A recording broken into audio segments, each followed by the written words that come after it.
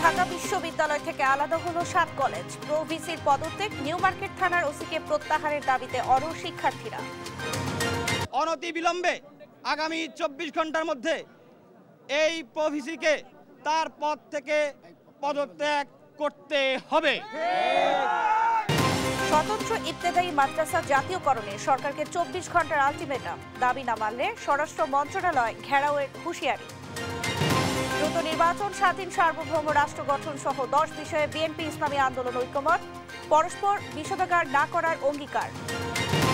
শেখ হাসিনাকে ফিরিয়ে দিয়ে ন্যায় বিচারের পক্ষে থাকবে ভারত, আশা টবি ক্যাডম্যানের, সরকারকে প্রচেষ্টা চালিয়ে যাওয়ার পরামর্শ।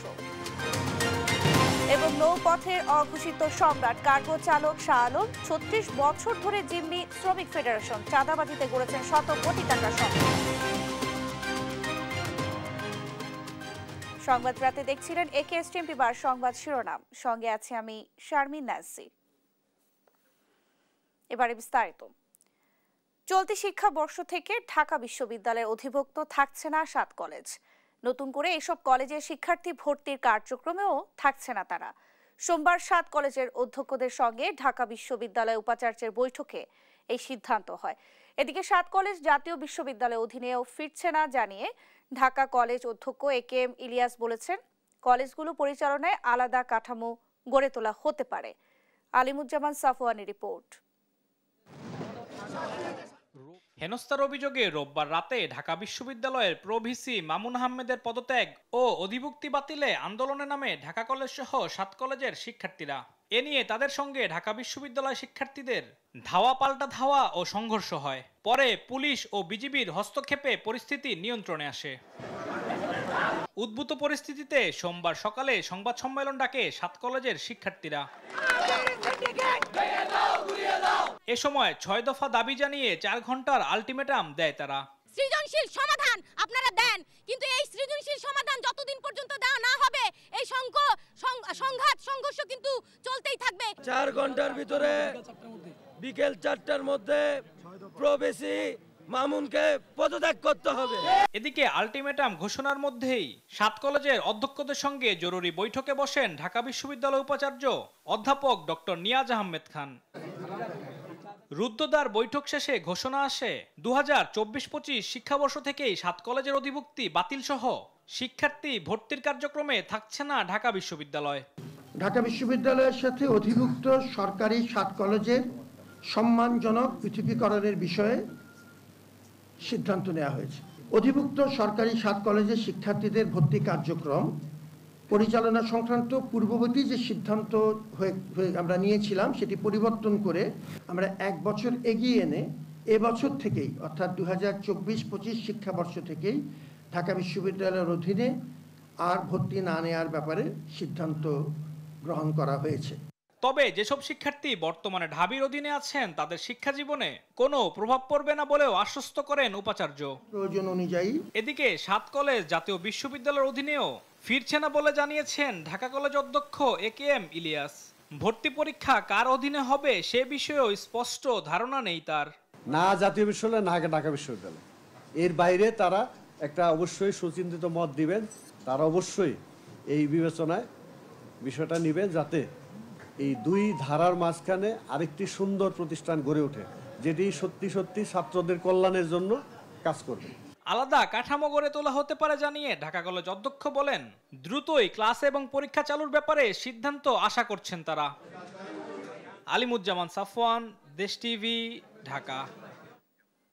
7 কলেজের শিক্ষার্থীদের দাবি অনুযায়ী আর ঢাকা বিশ্ববিদ্যালয়ের অধীনে থাকছে না 7 কলেজ, এমনকি জাতীয় বিশ্ববিদ্যালয়ের অধীনেও থাকবে না বলে জানান ঢাকা কলেজের অধ্যক্ষ।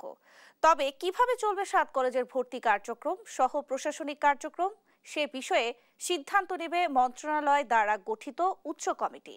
আর শিক্ষার্থীরা বলছেন 6 দফা দাবির 5টি মানা হয়নি, তাই ঢাকা বিশ্ববিদ্যালয়ের উপাচার্যের পদত্যাগ সহ বাকি দাবিগুলো মানা হলে নিউ মার্কেট থানা ঘেরাও সহ কয়েকটি কর্মসূচি ঘোষণা করেন। বিস্তারিত নিয়াজ মোর্শেদের প্রতিবেদনে। রোববার মধ্যরাতে হঠাৎ উত্তপ্ত হয়ে পড়ে ঢাকা বিশ্ববিদ্যালয় এলাকা। ঢাকা বিশ্ববিদ্যালয়ের অধিভুক্ত থেকে 7 কলেজকে মুক্ত করা সহ 6 দফা দাবি নিয়ে আন্দোলনে নামে ঢাকা কলেজের শিক্ষার্থীরা। উদ্ভূত পরিস্থিতিতে দাবি মানার জন্য সোমবার 4 ঘন্টার আলটিমেটাম দেয় শিক্ষার্থীরা। সময় শেষের আগেই ঘোষণা আসে ঢাকা বিশ্ববিদ্যালয়ের অধীনে আর থাকছে না 7 কলেজ। কিন্তু তারপরও ঢাকা কলেজের শিক্ষার্থীরা মেনে নেয়নি। অধ্যক্ষের সঙ্গে প্রায় 1 ঘন্টার বৈঠক শেষে শিক্ষার্থীরা জানান 6 দফা দাবির 5টি মানা হয়নি। এই সময় ঢাকা বিশ্ববিদ্যালয়ের উপাচার্যকে বহিষ্কার, নিউ মার্কেট থানার ওসিকে প্রত্যাহার সহ 5 দফা মানতে 24 ঘন্টার আলটিমেটাম দেন শিক্ষার্থীরা। দাবি না মানলে নিউ মার্কেট থানা ঘেরাওয়ের হুঁশিয়ারি দেন তারা। আমাদের এখনো 5টি দাবি বাকি আছে। এই দাবিগুলো মেনে নেওয়ার জন্য এখনো কোনো প্রক্রিয়া কর্তৃপক্ষের পক্ষ থেকে অনুসরণ করা হয়নি। এই দাবিগুলো যদি মেনে না নেওয়া হয় আগামী 24 ঘন্টার মধ্যে, তাহলে আমরা নিউ মার্কেট থানা ঘেরাও কর্মসূচি ঘোষণা করলাম। দাবি না মানা পর্যন্ত কর্মসূচি অব্যাহত থাকবে বলেও জানান শিক্ষার্থীরা।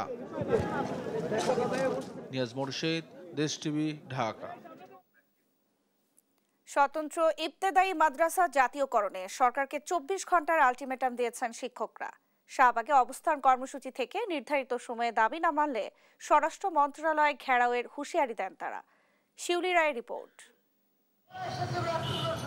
রোববার কর্মসূচির পর সোমবারও শাহবাগ জাতীয় জাদুঘর সংলগ্ন এলাকায় অবস্থান নিয়ে দাবি আদায়ে সরকারকে 24 ঘন্টার সময় বেঁধে দেন ইবতেদায়ী মাদ্রাসা শিক্ষকরা।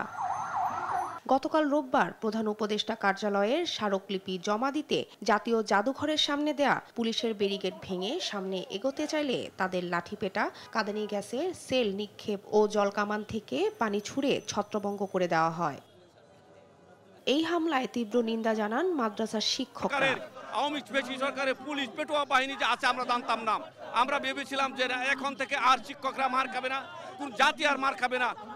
পুলিশ বাহিনী এবং মিডিয়া বা যা কিছু আছে সারা বাংলাদেশে সব আমরা ঠিকঠাক হয়ে যাব। কিন্তু এই বর্তমান সরকারের পেটোয়া বাহিনী অর্থাৎ পুলিশ বাহিনী সেটা গামটি মারা আওয়ামী লীগের ছিল। আমাদেরকে গতকাল এই শাহবাগে আমাদেরকে নির্যাতনভাবে অসহায় শিক্ষকদেরকে একেবারে বর্বরতার সহিত মারপিট করেছে, গ্রেনেড হামলা করেছে, জলকামান নিক্ষেপ করেছে। আমরা এটা প্রত্যাশা করে নাই। 6 দফা দাবি থেকে 1 দফা স্বতন্ত্র ইবতেদায়ী মাদ্রাসার জাতীয়করণে সরকারকে মঙ্গলবার 2টা পর্যন্ত আলটিমেটাম দিয়েছেন শিক্ষকেরা। প্রাইমারি শিক্ষকরা সরকারি সকল সুযোগ সুবিধা ভোগ করছে, অথচ স্বতন্ত্র ইবতেদায়ী মাদ্রাসার শিক্ষকরা আমরা আজকে পর্যন্ত আমার চাকরির বয়স 14 বছর, 10টা টাকাও পাই নাই। আমরা বেতন ভাতা আমাদের শিক্ষার্থীদের উপবৃত্তি থেকে আমরা বঞ্চিত, সরকারি সুযোগ সুবিধা থেকে আমরা বঞ্চিত। তাই আমাদের একটাই দাবি, সকল রেজিস্ট্রেশন প্রাপ্ত সকল স্বতন্ত্র ইবতেদায়ী মাদ্রাসা সরকারি প্রাইমারি নয় জাতীয়করণের দাবি। এক দফায় এক দাবি আমাদের জাতীয়করণ করতে হবে। আমরা এটা আমাদের ন্যায্য দাবি। স্মারকলিপি দিয়েছি, দেখিয়েছি যে উপদেষ্টা লিখেছে যে অবশ্যই বাস্তবায়ন করা হবে আমাদের সাধ্যমতে। এটা আমরা ক্লিয়ার না হওয়া পর্যন্ত আমরা আন্দোলন ছাড়ব না। এই সময় স্বতন্ত্র ইবতেদায়ী মাদ্রাসা প্রাথমিক বিদ্যালয়ের মতো জাতীয়করণে ঘোষণা না আসা পর্যন্ত আন্দোলন চালিয়ে যাওয়ার ঘোষণাও দেন তারা। শিউলি রায়, দেশ টিভি, ঢাকা।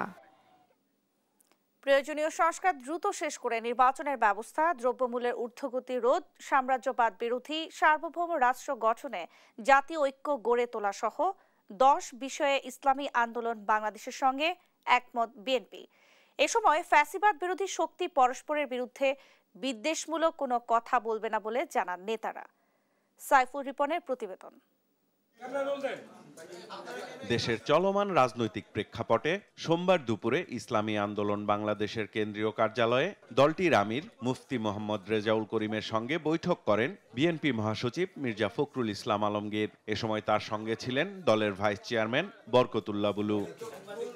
1 ঘন্টারও বেশি সময় বৈঠক শেষে বিএনপি মহাসচিব সাংবাদিকদের জানান, আধিপত্যবাদ বিরোধী স্বাধীন সার্বভৌম টেকসই রাষ্ট্র গঠনে জাতীয় ঐক্য গঠন, ফ্যাসিবাদ বিরোধী শক্তি একে অপরের বিরুদ্ধে কথা বলবে না, এমন 10টি বিষয়ে ঐক্যমতে পৌঁছেছে দুই দল।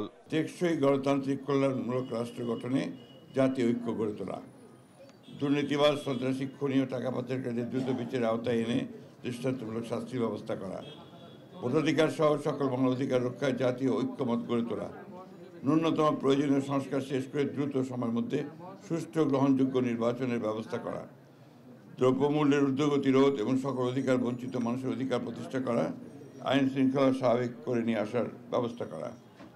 আওয়ামী ফ্যাসিবাদ বিরোধী সকল শক্তি দেশ পুনর্গঠনে ঐক্যবদ্ধভাবে কাজ করবে। ফ্যাসিবাদ বিরোধী শক্তিগুলো একে অপরের বিরুদ্ধে আঘাত করে কথা বলবে না। আগামীতে যাতে আমেরিকার মতো আর কোনো ফ্যাসিবাদী শক্তি ক্ষমতায় আসতে না পারে সে ব্যাপারে আমরা রাজনৈতিকভাবে ঐক্যবদ্ধ থাকব। সাংবাদিকদের প্রশ্নের জবাবে মুফতি রেজাউল করিম জানান, অন্তর্বর্তী সরকার 1 বছরের মধ্যে নির্বাচনের ব্যবস্থা করবে, এমনটাই আশা করে ইসলামী আন্দোলন। খুব বেশি সময়টা না নিয়ে যৌক্তিক, সেই যৌক্তিক সময়টা আমরা বলেছি 1 থেকে 1.5 বছরের মধ্যে, এরকম একটা কথা আমরা বলেছি। আর 6 মাস তো প্রায় চলেই গেল, আর 1 বছরের মধ্যেই সুন্দর একটা জাতীয় নির্বাচনের ব্যবস্থা করবে, এটাই আসলে মূলত আমাদের কথা। দ্রুততম সময়ে নির্বাচন আদায় সহ জাতীয় ঐক্য ধরে রাখার উদ্যোগের অংশ হিসেবে যুগপৎ আন্দোলনের বাইরে থাকা দলগুলোর সঙ্গেও আলোচনা চলবে জানিয়েছে বিএনপি। সাইফুল রিপন, দেশ TV, Dhaka.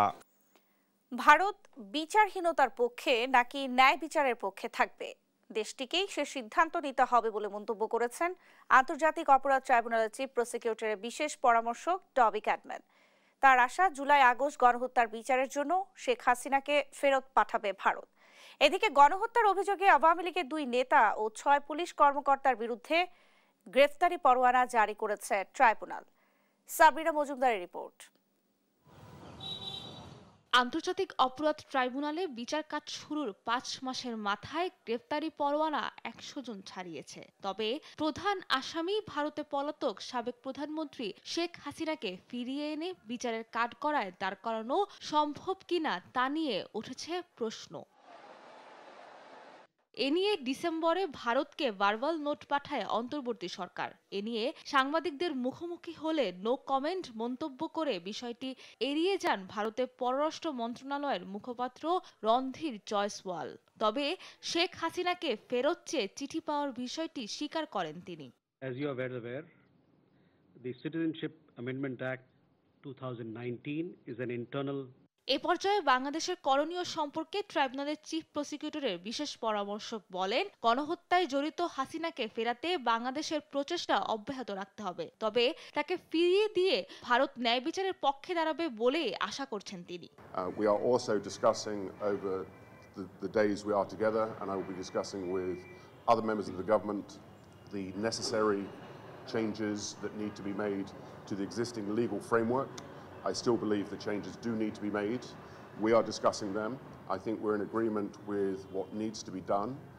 We will obviously be presenting that to the various different elements of the government, and hopefully the changes will be made that will make the process fairer, smoother, and more in line with both domestic law and international standards. এক সময় মানবতা বিরোধী অপরাধীদের পক্ষে থাকায় বর্তমান ভূমিকা প্রশ্নবিদ্ধ হবে কিনা জানতে চাইলে ক্যাডম্যান বলেন, কাজেই মিলবে প্রমাণ। The fact that I prosecute in one court and defend in another does not mean that I am lacking impartiality. My job is to do the job professionally, independently, and impartially. It matters not what I've done before. Just because this is before the same court doesn't affect mine or any other person's. এদিকে গণহত্যায় জড়িত থাকার প্রাথমিক প্রমাণ পাওয়ায় আওয়ামী লীগের 2 নেতা ও 6 police সদস্যের বিরুদ্ধে গ্রেফতারি পরোয়ানা জারি করেছে ট্রাইব্যুনাল। সাবরিনা মজুমদার, দেশ টিভি, ঢাকা। নৌকার্গো ভেসেল ড্রাইভারের সহযোগী এখন কয়েকশো কোটি টাকার মালিক। ড্রাইভার শাহ আলম এখন নৌ শ্রমিক ফেডারেশনের সভাপতি। শুধু তাই নয়, 36 বছর ধরে ভোট ছাড়াই জিম্মি করে রেখেছেন পদটি। শাহ আলমকে চাঁদা না দিলে লাইটারেস ভেসেল থেকে ছোট বড় কোনো জাহাজেরই নৌপথে চলা অসম্ভব। সাগর ও নদীতে তার রয়েছে বিশাল দস্যু বাহিনী। শ্রমিকদের কাছে নৌপথের অঘোষিত দস্যু সম্রাট শাহ আলম। ফখরুল ইসলামের রিপোর্ট। এখানে আপনাকে বসায় রেখে সারা বাংলাদেশের নৌ সেক্টর 1 ঘন্টার মধ্যে থামিয়ে দিতে পারবে। 1 ঘন্টার ভিতরে আপনি শুনবেন চট্টগ্রাম পোর্ট, মোংলা পোর্ট সহ অল বাংলাদেশের নৌ সেক্টর থেমে গেছে। বাংলাদেশ নৌ শ্রমিক ফেডারেশনের সভাপতি শাহ আলম ভূঁইয়ার দাপটে নাকি কাঁপে সারা দেশের নৌপথ। দম্ভ করে বলেন তিনি চাইলে 10 মিনিটই বন্ধ করে দিতে পারেন সারা দেশের নৌ চলাচল। সাগর কিংবা নদীতে শাহ আলমের রয়েছে বিশাল দস্যু বাহিনী। সাগর ও নদীতে চলাচলে শাহ আলম বাহিনীর ভয়ে তটস্থ থাকেন সারা দেশের লাইটারেজ ভেসেল থেকে ছোট বড় সব জাহাজ সংশ্লিষ্টরা। ভেসেল মালিকদেরকে শ্রমিকরা জিজ্ঞাসাও করবে না, সোজা জাহাজ নিয়ে চলে যাবে এখান থেকে। শ্রমিক ফেডারেশনের নেতা হয়েও নিয়ন্ত্রণ করেন পুরো দেশের লাইটারেজ ভেসেল থেকে ছোট বড় সব জাহাজ চলাচল। কার্গো ভেসেল ড্রাইভারের সহযোগী থেকে নৌপথের অঘোষিত সম্রাট শাহ আলমের কাছে জিম্মি খোদ জাহাজ মালিক সমিতিও। সেই শাহ আলম আজকে এই শাহ আলম, আরেকদিন হয়তো আমি বা আপনি শ্রমিকদের সংগঠনের উপরে আমরা সবাই আসলে যুক্ত। আর এতে জাহাজ মালিকদের জিম্মি করে বছরে 1000 কোটি টাকার নিয়ন্ত্রণও থাকতো এই শাহ আলমের হাতে, যার কিছু অংশ যেত শাহ আলমের পকেটেও। তার বাড়ি আর সম্পদ দেখলে চোখ কপালে উঠবে। ঢাকার কেরানীগঞ্জে সুবিশাল বাড়ি, পাশেই প্লট, এছাড়া চট্টগ্রামের ফটিকছড়ির ভূতপুরে রাজকীয় বাগান বাড়ি রয়েছে। আর রাজধানীতে নামে বেনামে রয়েছে বহু প্লট ও ফ্ল্যাট। সব মিলিয়ে কয়েকশো কোটি টাকার মালিক এই শাহ আলম। আমাদেরকে যেই পাওয়ারফুল অবস্থায় দেখবেন এখানে আসলে মনে বুঝে না। এই শাহ আলম বাংলাদেশ নৌ শ্রমিক ফেডারেশনকে জোরপূর্বক কুক্ষিগত করে রেখেছেন গত 30 বছরের বেশি সময় ধরে। শাহ আলমের ভয়ে তার বিরুদ্ধে ভোটেও দাঁড়াতে চান না কেউ। ভোট ছাড়াই গত 36 বছর শ্রমিক ফেডারেশনের সভাপতি। মাত্র 2000 টাকা বেতনের একজন কর্মচারী শাহ আলম একজন জলদস্যু হিসেবে বর্তমান নৌ সেক্টরে আবির্ভাব হয়েছে, যেন নৌ খাতের অদ্বিতীয় অধিপতি। আমরা চাচ্ছি কি এই সিন্ডিকেটটা না থাকে, মানুষ খোলা মুক্ত বাজার অর্থনীতি বিস্তার দেব, খোলা বাজার আমরা ব্যবসা করব। স্বৈরাচার হাসিনা আমলে মন্ত্রী শাহজাহান খানের হাত ধরেই নৌপথে প্রতাপশালী হয়ে ওঠেন শাহ আলম। সাগর ও নৌপথে শুরু করেন নৈরাজ্য ও চাঁদাবাজি। এখনো জিম্মি দেশের নৌপথ, তবুও অধরা শাহ আলম।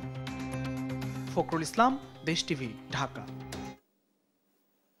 ময়মনসিংহের মুক্তাগাছার গ্রামীণ জনপদ নিমুরিয়ার বিদ্যুৎ বিচ্ছিন্ন মানুষের ঘরে ঘরে আলো পৌঁছে দিতে দ্রুত এগিয়ে চলেছে 20 মেগাওয়াট সৌর বিদ্যুৎ প্লান্ট তৈরির কাজ।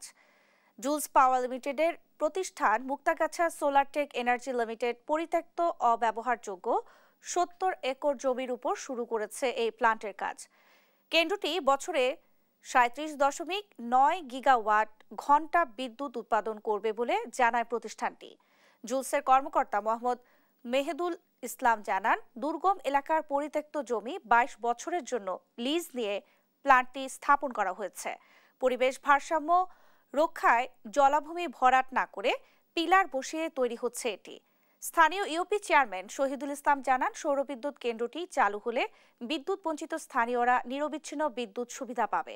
সেই সঙ্গে আলোকিত থাকবে রাস্তাঘাট, ফলে চুরি, ছিনতাই সহ অন্যান্য অপরাধ অনেকটা কমে আসবে বলেও জানান তিনি।